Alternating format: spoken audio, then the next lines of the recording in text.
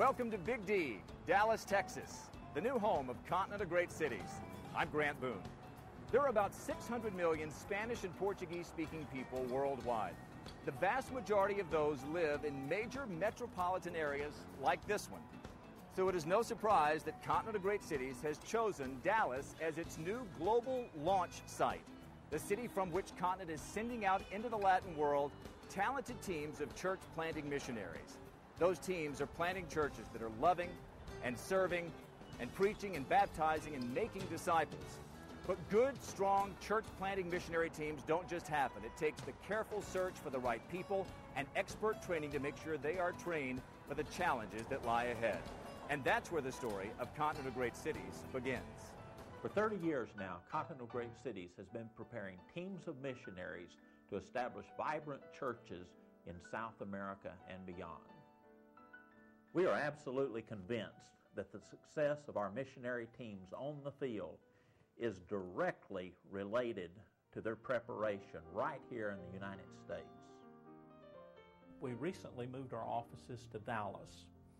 We wanted to be in Dallas so that we could be closer to the airports and frankly so that we could be within a greater population base. We've moved from a population base of 100,000 people to a population of several million so that we can increase the funding that will be necessary to reach the large Portuguese and Spanish-speaking cities with Jesus. I think the thing that most impressed me about Continent of Great Cities is that they really respond to the need of missionaries. And we've seen just in the short time that we've had experience with Continent of Great Cities, we've seen their organization change. They really respond to any need they see. They have a new women's program that really is attempting to prepare the women and help the men learn about the women, and just it looks like they're taking a much more holistic approach, and I think that's what's working for them. Really, every year we start from scratch, praying that God will send us a team of individuals, or some years maybe even more than one team, that are willing to give it all up to serve Him in the mission field. We begin our recruiting efforts every year by putting together a program of ads in several different magazines on a national level. We also go to Christian college campuses. We visit state university campuses that have campus ministries there. And we also do a lot of just tapping on the shoulder of individuals that have been recommended to us as the caliber of person that might serve on one of our teams. Each prospective team member must first fill out a formal application. That's followed by a psychological assessment, a submission of personal references, and a minimum commitment of at least 5 years in the field. Someone doesn't walk off the street, say, I want to join, and tomorrow they're on the team, but that there was an interview with us, there's an interview with every team member, there's psychological examination, there are things to make sure that we as a couple, we as individuals are fit enough, I guess, crazy enough to go, but that also the thoughts and ideas that we have match the thoughts and ideas of our fellow teammates. During their internship, team members begin their language training. They learn history and culture of their target city, they develop their personal evangelism skills, they study church planting and growth strategy, they take a survey and vision trip, and they begin their fundraising. I think the training we provide here at Continent of Great Cities is unique for a couple of reasons. Number one, because we have narrowly focused our target. So when a mission team comes here, we're training them for a specific country and for a specific city. And then secondly, I think because our staff here is an experienced staff, specifically in Latin America. And so as we teach and train these teams, we're talking about places that we've been, where we've lived, where we've ministered, and we have a lot to share with these teams about the places that they'll be going and ministering. The interaction with people who have recently returned from the field and people who are still on the field and all of that, you know that you're not learning just book knowledge, that it's real stuff that's being used.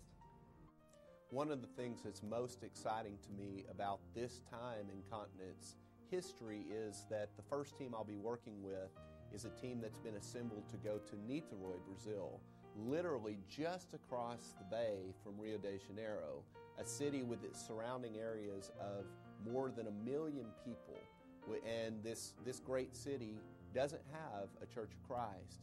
And the team that's been assembled is a fantastic group with diverse talents, abilities, and backgrounds that I think are going to be essential and do a fabulous job of establishing a strong church in this great city. You know, here in Dallas, it seems like there's a strong church on just about every corner. Not so in the Latin world. After centuries of heavy influence by the Catholic Church, Spanish and Portuguese-speaking people are aware of God, but they hunger for a deep personal relationship with Christ.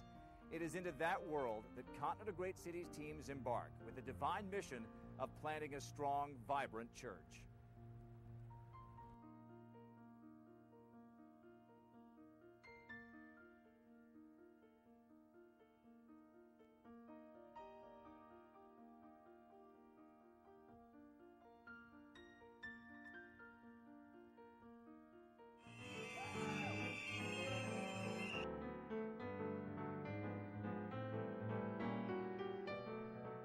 We were here for an entire year before we had our inauguration service.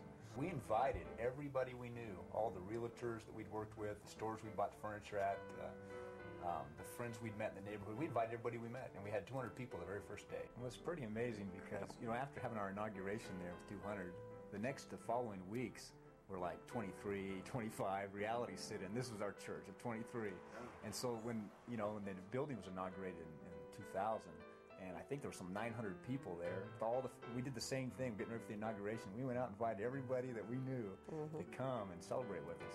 And to see 900 people there on Inauguration Day was just amazing. It was amazing. Ron Freitas was also there that day. He and his wife Georgia spent 15 years helping to build that church in Curitiba. Now back in the U.S., Ron serves as Associate Director for Continent of Great Cities and oversees Continent's unparalleled emphasis on missionary care. We care for the missionaries as we recruit them, and then we train them. While they're here, we care for them and build relationships with them. After they go to the field, now we're working to remain connected to them so that we're with them for the full missionary cycle till they finish their work and return home. The goal of each team is to build a congregation that can one day have its own elders and deacons, a building on a main avenue in the city, a church that's able to plant other churches in the area, and one that's able to minister to the community. The very same God who spins things in orbit. I really believe that God is the author of this story. When I think about the 220 missionaries who have come through Continent of Great Cities, about the 75 churches they have established, about the thousands upon thousands of converts that have taken place in South America, I am so glad that God has allowed us to be a part of this story. We will never accomplish anything greater than what God let us do here. We know we'll do some good things, but this is the apex I can ever imagine that we could ever do, was working with this church here and starting it. It seems like when we look at our congregation and the growth that's taking place, it's pretty amazing results in comparison to a lot of works, even in the United States. But the way we look at it, if we look at 170 million Brazilians, we haven't even scratched the surface. And I know my Redeemer lives. I know my Redeemer lives. Continent of Great Cities is a story of success. This model of finding the best people, training them well, and encouraging them as they establish strong, independent churches has been proven effective for more than 30 years. The next chapter of this amazing story is yet to be written. Very simply, more financial resources means more missionaries recruited, more teams trained, more churches planted, and more Latin souls baptized into Christ. That's the story of Continent of Great Cities.